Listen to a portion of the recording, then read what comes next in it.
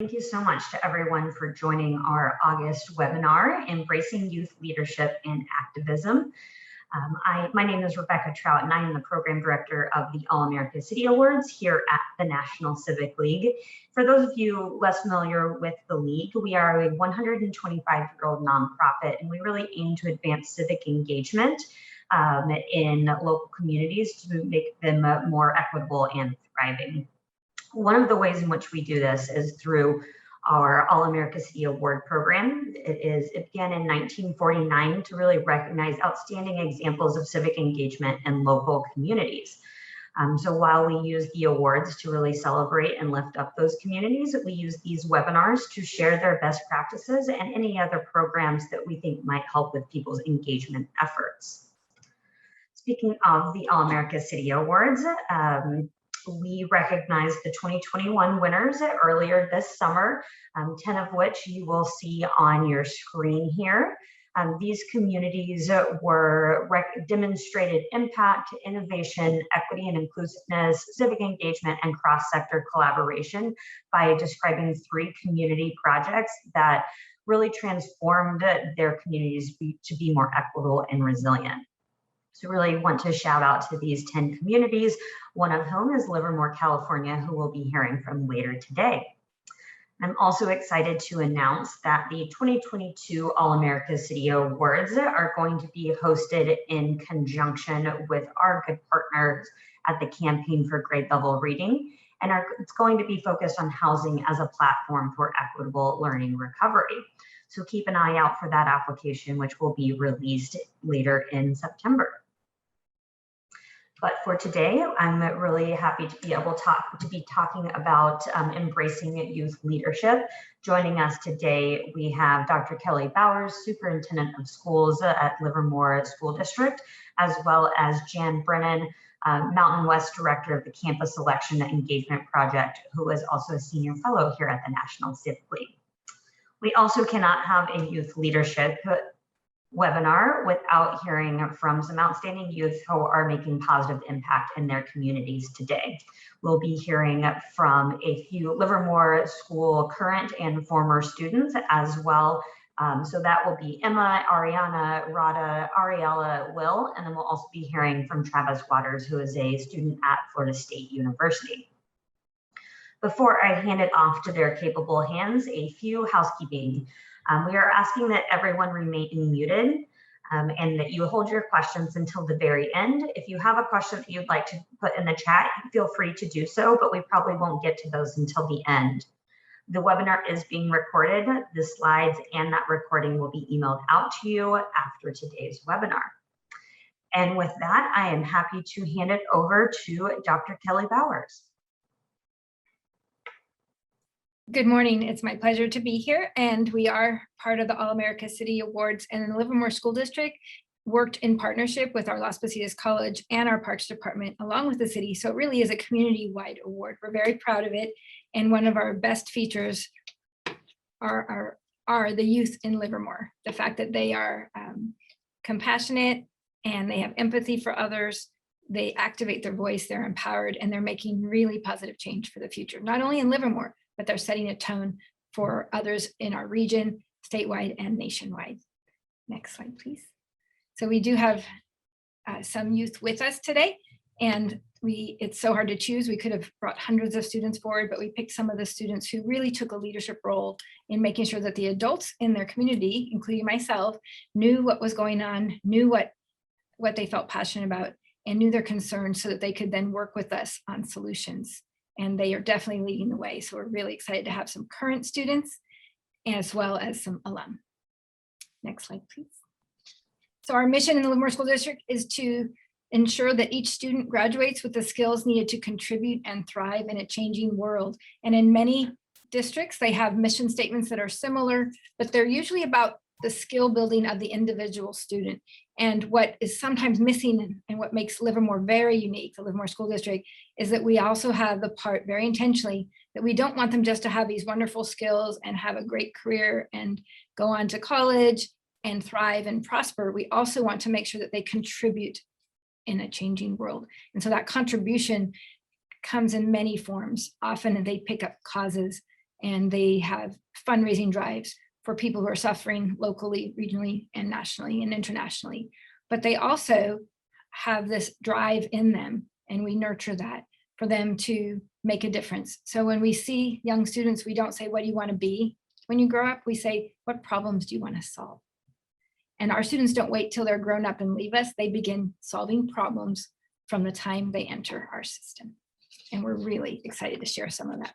So a few years back, these are just some of the highlights. A lot of you will remember that there was a lot of fear about ICE and immigration and the demise of DACA, a program which was near and dear to a lot of students, and it was their gateway to the future. So we knew that many of our students, Livermore has a lot of vineyards, and so we are a thriving wine country. And as a result, we do have a lot of migrant workers. And so there were fears among our students that maybe that their parents would be deported, or that there would be something that would happen to them at school. They might come home and no one would be there. So what we did is we assembled a wonderful group of people who are positioned in power in our community, our police chief, our mayor, our supervisor, myself, as well as our board president. And we met directly with the students to listen to their fears, to address them, and to ensure that they would not be harmed, and neither were their families, that our schools were truly safe places. And so from that came the all kids are our kids affirmation, which is something that we don't just say, we live it and breathe it. We take care of all of our kids. And one of our future DACA students actually won the Livermore Management Association Award Scholarship, which just shows that first generation students are really going to be making it and going on, and their families gave up a lot to be here because they valued education. And so that's great. The other thing is, in the aftermath of Sandy Hook and Columbine and Parkland, we did have a very large forum at both of our high schools, and we included middle school leaders as well, on school safety and mental health. It became a really big concern. And we adopted Choose Love curriculum. As a result, that came out of the Sandy Hook tragedy.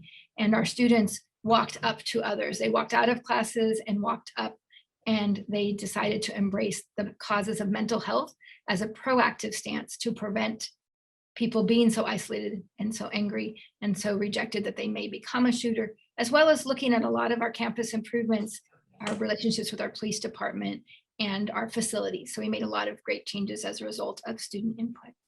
Next slide, please.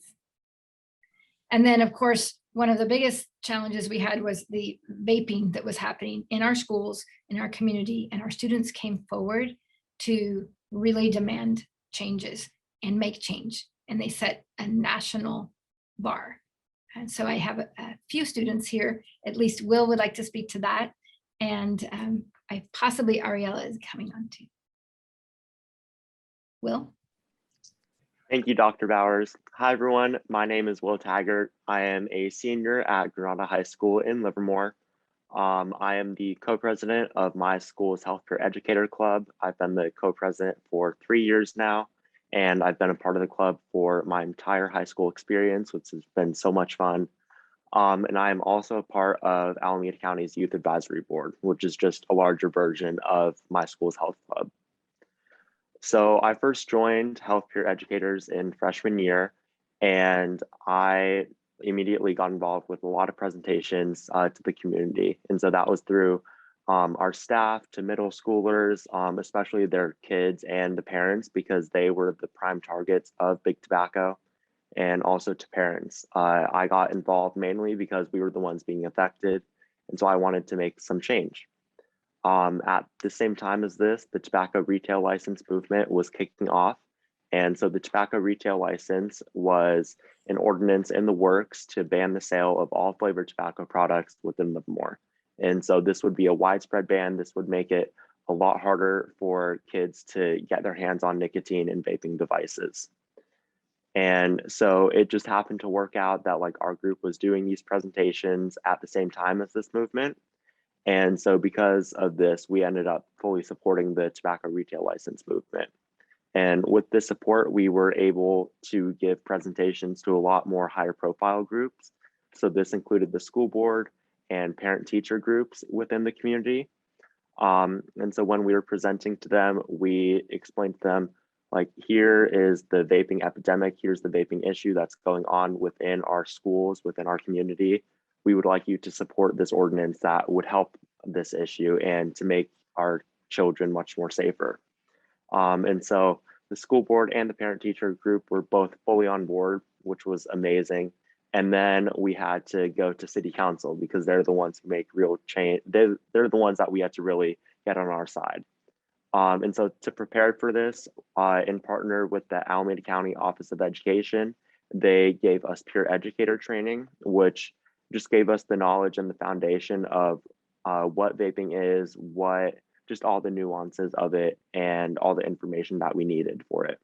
And so we learned about that. And after we finished that training, we were finally prepared to go to city council. We actually went to them twice. The first time, city council was apprehensive at first. And I mean, that's completely understandable. They were taking on big tobacco, which is pretty scary. I mean, I started my first day of senior year yesterday, and taking on big tobacco is so much more scary. So it makes sense why they were a little hesitant to support us at first. But during that meeting, I mean, students were only given 3 minutes to speak. And so we couldn't really give them as much information as we wanted to. So we called them to Granada High School as well as some other influential leaders within the city, including Dr. Bowers. And we gave them a full length presentation, went really in depth on the vaping issue. And after that 45-minute presentation, the city council members were on board. And so that was really amazing to see. And it was really great to see that they were supporting this issue that would help protect the kids within Livermore. We went to our second city council meeting then, where we again voiced our support for the tobacco retail license. At that meeting, it was voted on and passed unanimously. And the tobacco retail license ultimately went into effect in January of 2020. This license was pretty impressive, and like as Dr. Bowers said, it set the national bar because we were the second city in the nation to pass a ban ordinance, and it was pretty high caliber to put a ban on all flavored tobacco products, including menthol, which is the most common flavor. And so because of this, and because of our work, we were awarded the Dream Makers and Risk Takers Award in 2020. So this just highlighted our work. And so just throughout all this, us youth, we work to kind of protect the kids within our city and to go against what the vaping and all the danger that the kids were being put in by these deadly devices every day. And so that's wonderful. Thank you. Thank you so much. So proud. Next, we're going to hear from Emma about the mental health issues that we've been tackling based on our student feedback and our student surveys, as well as a really special place called the Wellness Center that's now being replicated elsewhere. Emma? Hi, thank you for having me. I'm Emma Goulart, and I'm actually coming to you from the Wellness Center right now. We are working on expanding as I speak, actually. We're moving into our third room this year, so that's super exciting. But mental health has always been an important topic to talk about. I just don't think we do it enough, and especially in school. So I think Dr. Bowers kind of said it earlier, but we started the Choose Love program a couple years ago, and we started teen mental health first aid my sophomore year. And both topics really interested me, but I never thought anything of it until last year. And then the pandemic hit, and we all had to stay home, and it was a whole lot of mess, and we didn't know what to do. And I got back to school, and everybody was lonely, and it was kind of crazy. So we wanted a place where kids could come together and talk about mental health and just be a part of a community. So we created a space for everybody. So as you can see the pictures on the screen, we've got resources for depression, anxiety, mental burnout. We also just have resources for if you're feeling stressed. We've had lots of kids come in and just like need to take a moment. And we allow 15 minutes in between classes to come in and just take a second to relax and de-stress. This is what our actual space looks like. We are still furnishing it. It's been in the making for about a year and a half probably, and we are so excited about it. I've gotten the pleasure to work one-on-one with Mr. Radke, who oversees the Wellness Center, and it has been just an amazing opportunity. So yeah.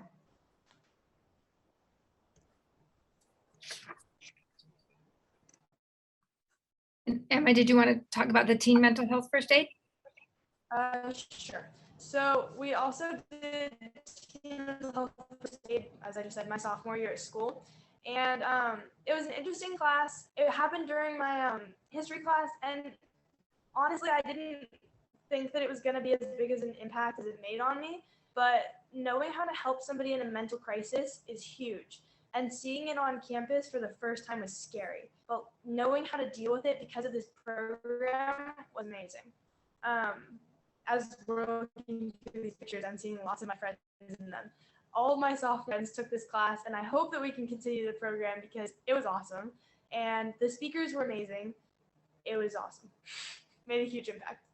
Thank you, Emma. And basically the students learn that it's okay to not be okay, and that you always have someone that you can help share and work through things with. And so we've seen amazing survey results on that. And then the final major project, last but definitely not least, is our equity inclusion work with the African American Scholars Project, as well as our Coalition for Change. And we hope that Ariane can join us. Yes, I'm here. All right, my name is Ariana Peters. I am a current senior at Livermore High. During my last 3 years in Livermore High School, I've been a great advocate for creating a more inclusive environment for Black students in Livermore, specifically at Livermore High. ABLE, the African American Scholars Program, and POC were the few of clubs I participated in that were very important to me. These groups helped many Black students at Livermore High feel included and heard from by our peers. Many of these students face racism or have been witness of it. And with there being such a small percentage of Black students here, change was definitely needed. And these groups created a safe space for us to talk about our achievements and our struggles amongst ourselves, and just to feel like included in Livermore specifically. And yeah, this is basically the groups that, you know, I like to be a part of. We actually had a trip to San Jose State. We get to go see colleges, but COVID kind of shut that down. Once that happened, we couldn't go to other colleges. But we do that. And we also, with the ABLE program, my mother from the Livermore lab, she actually runs it. And, you know, we get a scholarship, $2,000 scholarship once we put in that we, I'm so sorry. We get a $2,000 scholarship after like saying that we, oh my goodness, I can't talk. I'm so sorry. After you participate fully in the project, then you end up. Yeah. Okay. I'm like really nervous right now. I've never done it before, but yes, we get the $2,000 scholarship, and this is just something really, really important to me. You know, this wasn't something that was really a part of the school back in the day, and I just feel like it's very important, and I want Black students here to feel like they're included, and they can be here and they can speak up about, like, you know, their problems and stuff like that. So that's basically what this group is. So I really appreciate it. And yeah. Thank you, Ariana. And basically what happened is our students came forward and said, in a suburb, it is hard if you are a student of color sometimes, because you don't have all of the support that you might need, and you feel different, you might be treated differently. So they came forward and said, we don't always feel safe in our own skin. And in the aftermath of the George Floyd tragedy, they really felt that we needed to make some change. And so Radha, I know your voice is a little off, but you, if you can speak a little bit to the coalition and some of the great things that you did when you came forward. It was hard for us to hear that we weren't a perfect school district. We had work to do, but we loved the work, and the students led the way. Of course, sorry, I lost my voice last night, so I'm going to try with the tea that I drink. But my name is Radha, and I'm a current student at San Jose State University, and I'm an alum from Livermore High School. And when we brought this Coalition for Change aboard, it was actually going into my senior year, finishing out of high school, and even to like make an impact coming out of high school was really important to me, because I knew my community was in need of it.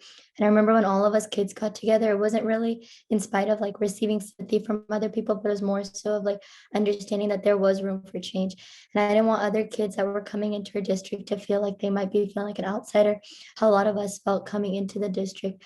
Although we had really good teachers and mentors and advisors along the way, students pick up what they are learning at home, and that's what comes out to us, and that's where we sometimes struggle to embrace ourselves. So our whole like mission was to really just try and tell kids, as well as like our advisors and our teachers, to really help students embrace themselves, like whether it's your skin color, your culture, your style, your roots, where you come from, to really mature and like embrace it as you grow older. Because the biggest change and most valuable thing is once we start to carry out that pride within ourselves, it shows on to other people, and that's how other people start to realize that they can't really bog you down for something that you're embracing within yourself. So it was a huge project that we all took aboard, and we actually made a documentary called Voices and Visions. And through that documentary, actually, like even former students, current students, everybody kind of talked about like the uncomfortable truth about like being bullied, or like kind of going through like a racist point in college or high school or whatever it might have been, like within our district. And we actually spoke up about it. And I think that was like one of the most impactful things that we might have done as students to like our community, because as an adult, hearing what students might have went through, and you might not have seen it, like I might have cried about something during lunch, but my teacher might not have known like I was getting bullied during lunch, and that's why I was crying. Like I could have just said I was getting bogged down because it was a rough day. So I think it was like a quick like light bulb moment for like all of our teachers, and it ignited a really good change within our campus. And I mean, I was out of college when I made it over the summer, and coming back and hearing Dr. Bowers come and tell me about all the things that are being changed on campus, like slowly in each email update, like it makes me happy that I was at least able to like contribute a little bit. And I know a lot of the other people that helped me in the coalition, and being a part of those meetings and like talking to adults like as a youth and letting you guys know was actually pretty impactful. And it's something that I'm like continuing to do even in my college campuses. So yeah, if Miss Bowers wants to talk a little bit more about it, then yeah. And I know our time's almost up, but I will say the students were so inspiring to us. We ended up with new equity focused courses, elective courses that we did not have before, even offered at both of our high schools. We also ended up changing some of our policies and practices around hiring and mentors, and some of our library book collections for the young students too, so that they can see themselves in the literature that they read, so, and that they're exposed to. One of the most compelling things the students taught us is if we do encounter racism, which we know we are a microcosm of America, and there is still that in our society, the students taught me this something. They said, call out the behavior, but then call in the racist, so that they can learn to be different. Because we teach math, we teach English, we teach all of the core subjects, we teach science, but we also, as we learned with Choosing Love, we can also teach people to do better. And sometimes they just don't know. So it's really comes from a place of choosing love, like Emma mentioned, and moving forward, bringing people along so that we can make it better, not only for the current students, but for future generations. These students are going to change the world. They're going to have such a better world than the one that they inherited, because they're also smart, and in all their areas, they're passionate, they're empowered, and they're making positive change, not from a selfish perspective, but from a completely community-minded perspective. So they're all America heroes. Thank you so much, Dr. Bowers, and to the entire Livermore team. We were thrilled to be able to highlight some of the great work that is happening there, both in your school district and in your community.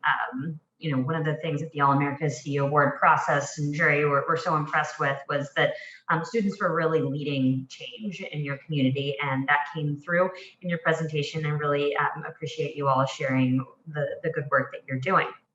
And now we're going to hear from Jan Brennan at the Campus Election Engagement Project. Jan?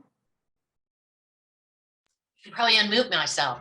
Thank you so much. Well, what I'm going to do is just quickly introduce the Campus Election Engagement Project. Then I want you to mainly hear from Travis. And then I'm going to share some additional stories. So the Campus Election Engagement Project works with college and university students, trying to help them become more involved in elections and voting. It's nonpartisan in nature. We work in about 30 states. And last year we had around 400 student fellows that were civic influencers on their campus. This is kind of a framework that we use. We feel like in order to be leaders and to be effective activists and to seize youth civic power, that students need to understand how to organize, how to advocate, and obviously there's a big learning component of it. So I tell you what, we're going to turn off the PowerPoint for a second there, Rebecca, and I'm going to turn this over to Travis. who is just one of our, on the one hand, a standout, and on the other hand, very representative of so many amazing younger people that we work with that really identify a problem. I liked what Dr. Bowers said about problem solvers and take it upon themselves to act. So Travis, thanks for sharing your story. Thank you, Jan. Hello, everyone. I am Travis Waters. I'm a junior now here at Florida State University in the state of Florida, Tallahassee, Florida. It's an honor to be with you all today. And so I guess, to just dive right into it, Jan, if that's okay. So a project that I was working on in the past year was allowing our student ID cards to be a form of valid voter identification in the state of Florida. So per Florida statutes, any university or school throughout the state of Florida, you could take that FSU, or you could take your ID cards to the polls as long as it has a valid photo ID in addition to a signature strip.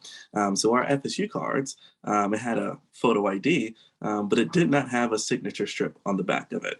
And so, in the thick of the election, wondering, okay, how could I engage my student body? How can I engage my peers to get out to the polls and exercise their right to vote? I didn't really want to do the standard thing of, going out there to canvass. Did that, done that, but I wanted to make a very impactful change that will be long lasting at the university, that will affect thousands of students. And so I began to research Florida laws, research ways to just actively engage the student body. And I came across the idea, or at least I thought of the idea, to add a signature strip on the back of the FSU cards. And I was like, wow, this is ingenious. So I worked hand in hand with the FSU administration and many other different mentors across campus that I have. And then earlier this year, in the early February of this year, they contacted me and they said, hey, we really love your idea. We loved how you came to us and approached us.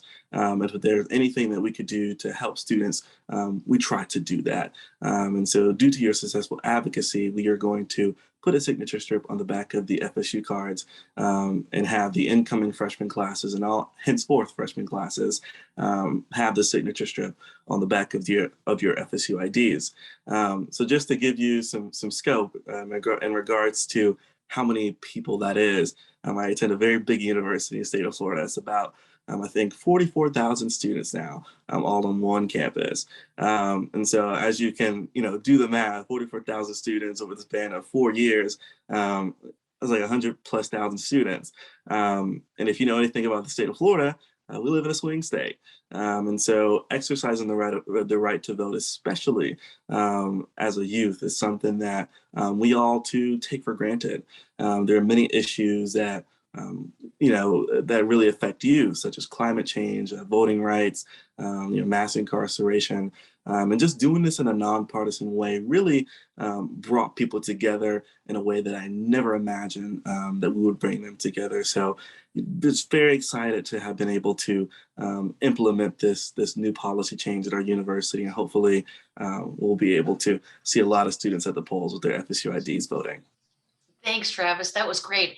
I'm going to just point out 2 things about sort of the continuing impact of the work that Travis did. So one thing is, of course, what a great model, right? And one of the most influential things is benchmarking, right? Well, they did it, so we could do it too. And I think that's true for a lot of different things. So in his case, we've actually written up now a model that we're distributing to hundreds of colleges and universities saying, Travis did this at FSU. I bet you guys could do it too. And so, ultimately, he will not only impact his school, but, I think other schools in Florida and across the country. So a really impactful project. The other thing that I'm going to just have him add something, because I love somebody who gets something accomplished and then doesn't stop. They keep going. So Travis, I was just going to say, throw out the extra idea that you had and sort of how that happened. Sure, absolutely. And so I'll give you some insight into this other project that I actually accomplished about a couple of months ago. But I have to give you a bit of background first, if that's okay. So growing up, I grew up the son of a single mother. We didn't have much. And honestly, to get, IDs in the state of Florida, and costs a little bit of money. And if you don't have, disposable money to get that form of identification, it's quite hard for you to go to the polls or drive a car, have a state ID, things of that sort. So here at the university, I realize that many of us are first generation college students. I'm a first generation college student, low socioeconomic class. How can I ensure that this thing that I accomplish, allowing students to have the signature strip on the back of the FSU cards, how can I, equally in an equitable way, distribute funds to allow students to access the cards? So I worked hand in hand with the Student Government Association, and we got a couple of $1,000s, I believe it was $6,000 passed to subsidize the card price for about 800 students. And actually, we are now looking at subsidizing even more cards because we realize how great of a success that was. So now students are able to get the FSU cards at a reduced price and hopefully pretty soon free to go to the polls again and exercise their right to vote. And I'm very proud of the university, my Student Government Association, and the FSU administration for really working collectively to just, help students exercise their right to vote. Thanks, Travis. That was great. And, I love that he continued to identify, existing challenges and to make the change that he made, go even further. So it was just such a great example. What I'm going to do is just kind of jump in here and share with you some other examples. But then Travis and I wanted to talk a little bit more about, so how did this happen? What was it that the adults, the mentors, the organizations that he worked with, and that work with these young people at the Livermore School District, what is it that they did that really allowed this to take place?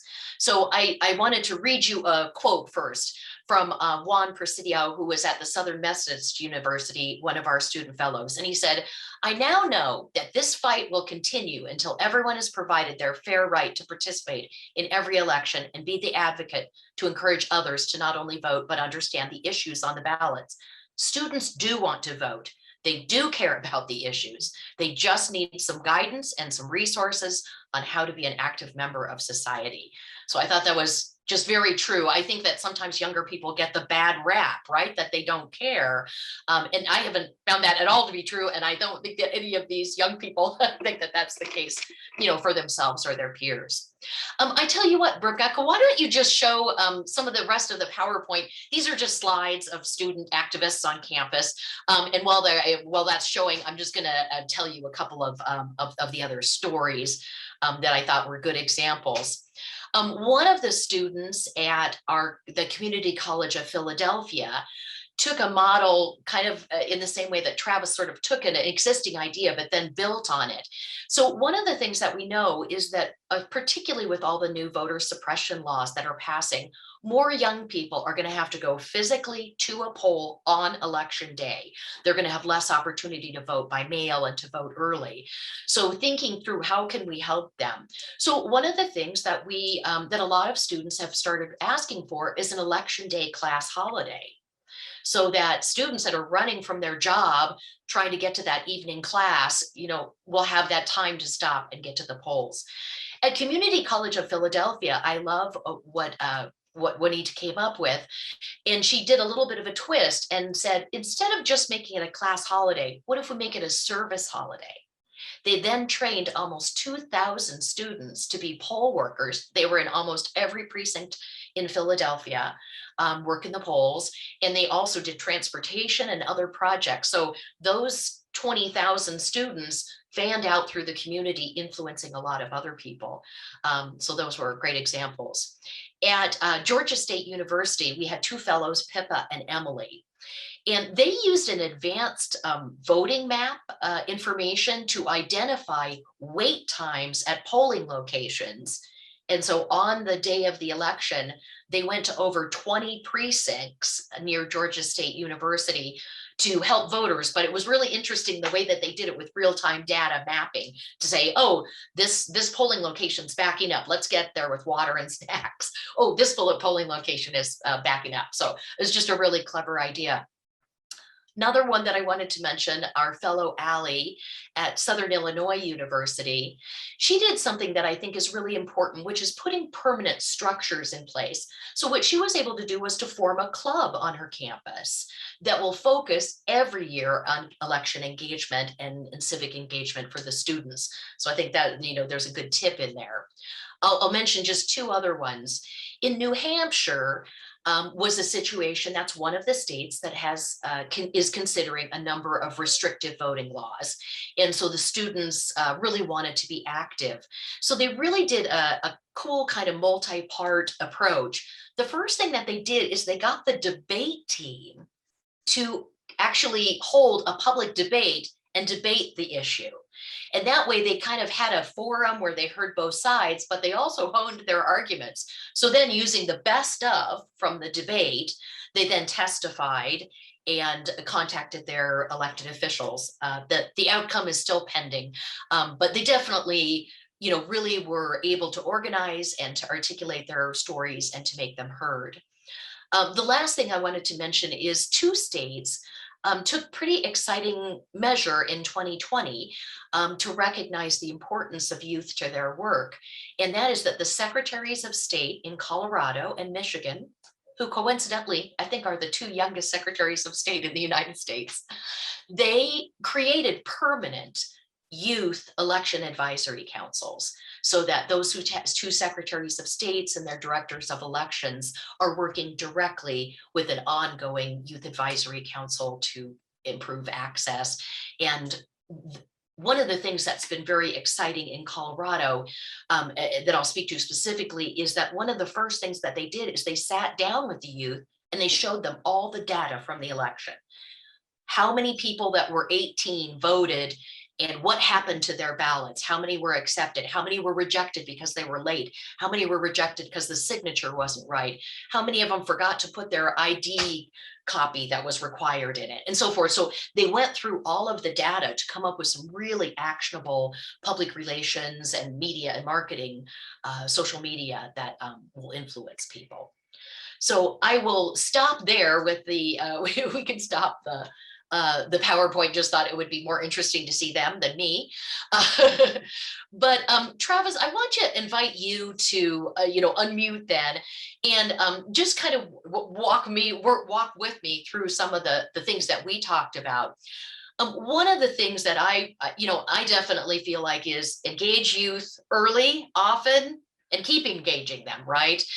We often see programs that get kind of pretty far along, are fully developed, and then we invite youth to participate in them. So one of the things that we saw here was that the youth were really driving it, and they were involved from inception, all the way through implementation. Another thing that I notice about some of these students is that they're very representative, right, of some of the groups that are struggling and really stepped up to represent their peers. And I think that's one of the things that we know from research. As much as Dr. Bowers and I might give youth advice, they really are much, much, much more interested in each other's opinions and each other's influence than they are in what we have to say. And so, that's a key part of our approach. And I love the approach that they took at Livermore School District to really allow the youth to drive it. Travis, what are some of the other things that we, that you think really put you in a position to make this change? Sure. I think it's manifold, but I think it starts with sharing your story. I think oftentimes we enter into service devoid of sharing our stories when our stories are basically who we are. It outlines our intersectionality. It outlines the things that we're passionate about. It outlines the people who we want to help, and those who, just who we want to help. And I've seen time and time again that those who enter into service who share their stories are much more impactful, and they pull and they pull people's heartstrings, and they get people out to the polls, excuse me. So just sharing my story, sharing where I come from humble beginnings, single parent, low socioeconomic background, got interested into just like policy and government after the tragic death of Trayvon Martin in Sanford, Florida, which was a couple of miles away from me. and just sharing how that has had a tremendous impact upon my life, because I realized that someone who looked just like me just felt victim and was demoralized by our system. And I wanted to do something to change that, and that's kind of why I got interested into politics and government. So just sharing my story, I've basically found that has been very impactful, in addition to just awareness. Oftentimes when I talk to people, they are highly unaware of the things that governments are doing, that leaders are doing, that our elected officials are doing. And you just really have to put out the information. That's why, when election season happens, it's important to put out like those candidate guides and the nonpartisan guides, just to allow people to make their own decisions. Because at the end of the day, it is the decision of the voter who they want to put into office, the consent of the governed. So I really just agree with that, and just finding a place to agree with. Voting is not, although we made it partisan, we're just putting people into office who we believe that will be a reflection of us, who will act on behalf of us in a nonpartisan, ethical way. And that's what it comes down to. It comes down to the issues. It comes down to just finding places to agree with, and it comes down to sharing your story. And I found that to be very successful. That's such a great point, Travis, because I think a lot of people, youth, but everybody, often thinks, can I really pull it off? Could I really influence people? And so having that, that confidence with your story and, finding out that you really can have quite an influence. It also, I couldn't help but reflecting when Travis was telling his story, he started by figuring out what the law was. And I mentioned another story where, a key part of it was about sharing data. And I know when you guys are talking about like the opioid epidemic or vaping, right? These are things where you kind of is by helping to inform the youth, letting them, go through some of the data and finding out so that they identify the problems that they think they can solve. I also think another thing that came up was support with training. We do training for our student interns, and we do trainings, of course, about elections and civic engagement. But I think the skills that Dr. Bowers was referring to, right? Understanding how do you organize things, how do you reach elected officials, how do you get on the agenda for meetings, right? These are very practical skills that you're not going to learn no matter how wonderful a history or civics course you take. It's not going to explain to you how to get on the agenda for the school board meeting. Right. And so to focus on those kind of really skills-based trainings, I think are also really important around relational and community organizing. I know Will mentioned that too, that he'd had some training around peer organizing and about policy. Travis, I know that one of the things that you've gone on to do, I think also is a good tip, and that is that I know you're interning, right? And so talk about maybe the importance of providing opportunities, applied opportunities like that for you. Sure. I'm going to be honest with y'all. I never thought about 10 to 15 years ago that I would have the opportunity that I had this summer, and that was interning in Congress. That it was such a profound opportunity to be able to put, what I've been advocating for to test, to put it to action. Working in Congresswoman Frederica Wilson's office of South Florida really provided me with the platform and, just the space to grow as a leader, as an advocate, and as a voice for my community. Just working on things such as, climate injustices, transportation, infrastructure,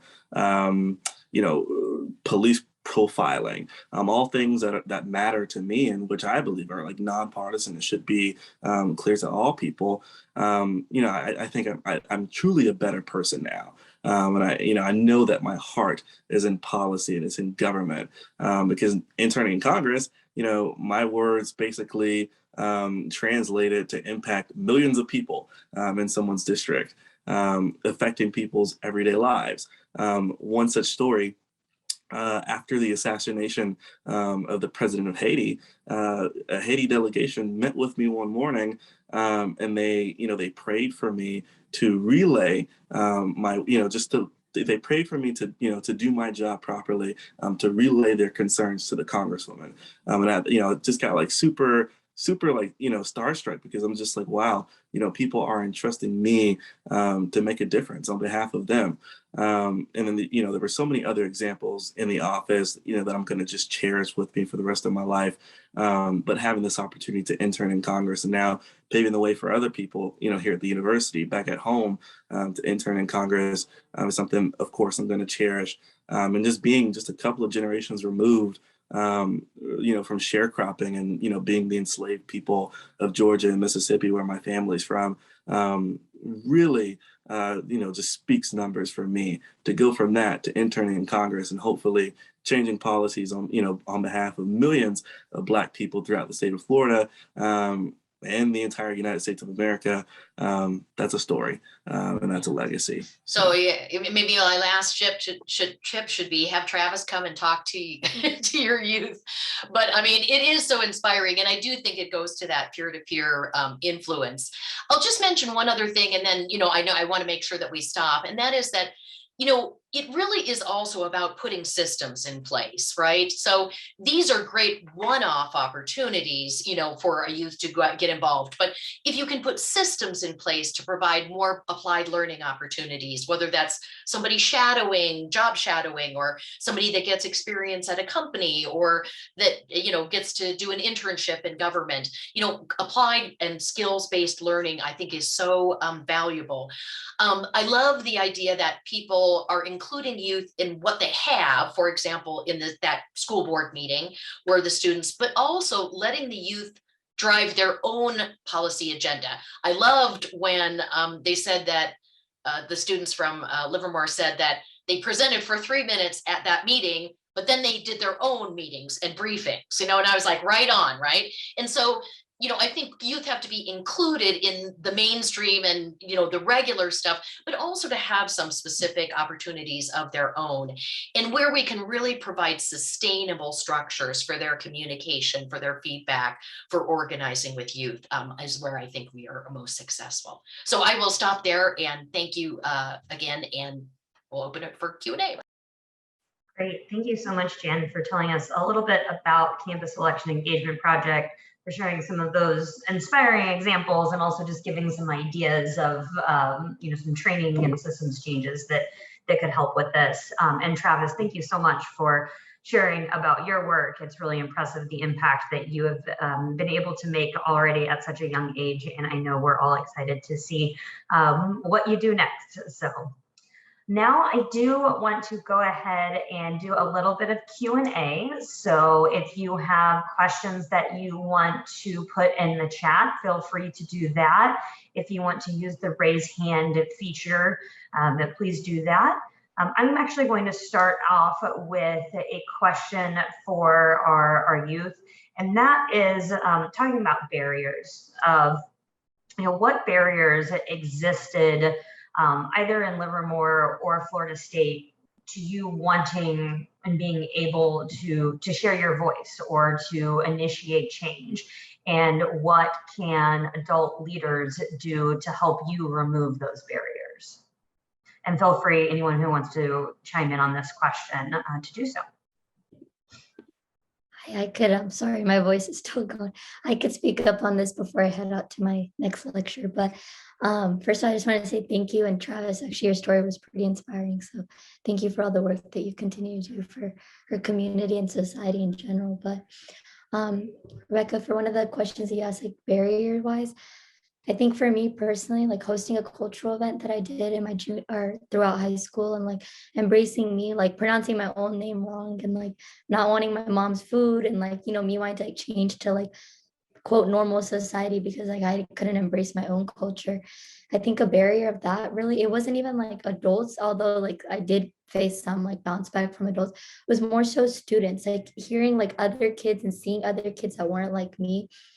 I think it put like kind of a block for me, to be like a mental block. I was like, oh wait, I should be like those kids, like shopping at those places, eating like a generic PB&J sandwich instead of like what my mom would cook me for like traditional food, and me like throwing away my mom's lunch because like I don't want to eat it in front of other people. It's like I think my barriers actually started from seeing other students, and even like students has bounced back. And like if I think about it, like when I was like 8, 9, or 10, like I was sharing with Dr. Bowers, kids bullying me at that age, I was like, wait, I don't understand why like they would be bullying. Like I was pretty naive to like the concept of bullying. Like I heard it, but I didn't know that I was a victim of it. And it's more so like understanding that kids are picking that up from their parents. So it starts at home because I mean, no 7 or 8 year old is gonna come out and be like, oh, you're Luke Brown and I'm white. Like no one's gonna make a blunt statement unless at home that type of like language is being like passed around. That's really where a kid's picking it up from. That's where like I realized like as I like 17 years I was going through like not wanting to be me and not embracing myself, and then like working on the board like as a student rep, I figured I was like, wait, there actually is like a global need for like this change and like just within our society and community. And that's when I spoke out to the Dr. Bowers, and I was like, if I faced that at a young age, like I wouldn't want like my like fellow sisters or brothers or like other people in my community to go in elementary school and cry about like a food that they're eating and then it affecting them as they grow older to not embrace their culture. So then we really made sure like the books, like literally starting off like educational, like little literature books, to make sure that little kids like read books that maybe they see like other people that look like them in their own novels and stories. So then like that as like a little kid, you're more visual than like or hearing things like more audibly. Like you want to look at something that looks like you. So that's where that whole book collection started. And then you kind of see a ripple effect. It go from like elementary to middle, and like middle schoolers, like the attitude rolls in and you just want to be like the top person in class. Then we figured out, okay, what do you need to do in middle school? Like for kids, and in high school, everyone starts branching out and kind of getting exposure. And I feel like slowly as you start building that, teachers start to pick up on the changes, and like from an administrative level and like a society level, that's how the change starts. So it really just started by recognizing that we need to implement that for younger kids as much as it's important for older kids. For younger kids, and they grow up a little bit seamlessly, and us olders make that change as we kind of go on through our years. So that's kind of like my take on that. But I want to say thank you to you guys for inviting me to this panel. And I'm sorry I have a lecture to go to at 12. Otherwise, I would be hanging around with you guys. But thank you again. And thank you, Dr. Bowers, for inviting me as well. And thank you, Rod. And you made a great point. What the students shared with us, which was a little shocking, was that they had normalized some of those things. They thought that was as good as it gets, so that's the way it was. And when we heard, we were shocked, like, no, it's not as good. It has to be better. We have to do better by them, and we will. And it really gave us our calling card, as was said so eloquently earlier. We do need to listen to the data. For some people, it was the story, it was the heart, like Travis was saying. For others, it was seeing statistics. That was, whether about vaping or mental health, seeing that was alarming. But however we reached people, but really is our students and our former students helping us. Rhoda was amazing, and she's just one of many, but she's just really, from a very young age, admitted that she'd had these issues happen.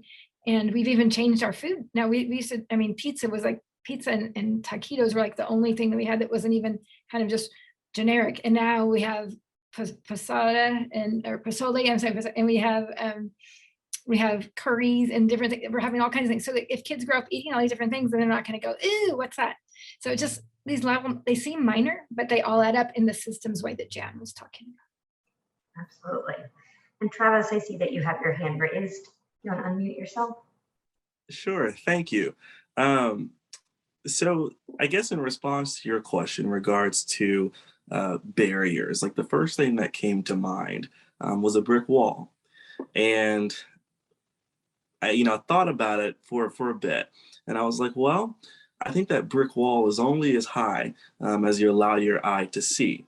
You will find a way through, you will find a way around, you will find a way up, and maybe you'll find your way down underneath to get to the other side of that wall. But to do that, you have to find your passion, you have to find your why. And I think something that I struggled with, in years past was imposter syndrome. If anyone does not know what imposter syndrome is, it's feeling, that you're not necessarily worth it, that you don't have enough credit, or you don't have enough on your resume, or you don't have, enough connections to make that change that you want happen. But I just want to share with you all, for those who are watching digitally, find your voice, find your why. Find your passion, because once you do that, I think, I believe that you are unstoppable. Truly, you're unstoppable, and you could be the change that you wish to see in this world. And so that's what I thought about. I thought of bricks falling down. I thought of people going around that wall, going underneath the wall, going on top of the wall, just having that fervent and unequivocal desire to implement change throughout their communities. So. Great, thank you so much for talking about that internal barrier of not knowing what change you want to make. Well, that is the end of our time now, and so I think we are going to wrap it up, but I appreciate you all sharing the work that is going on and inspiring us to make the change. So thank you again for joining us. As I mentioned, this was recorded, and we will be sending that recording and the slides out to you later this afternoon. So thank you again for being with us, and please enjoy the rest of your day.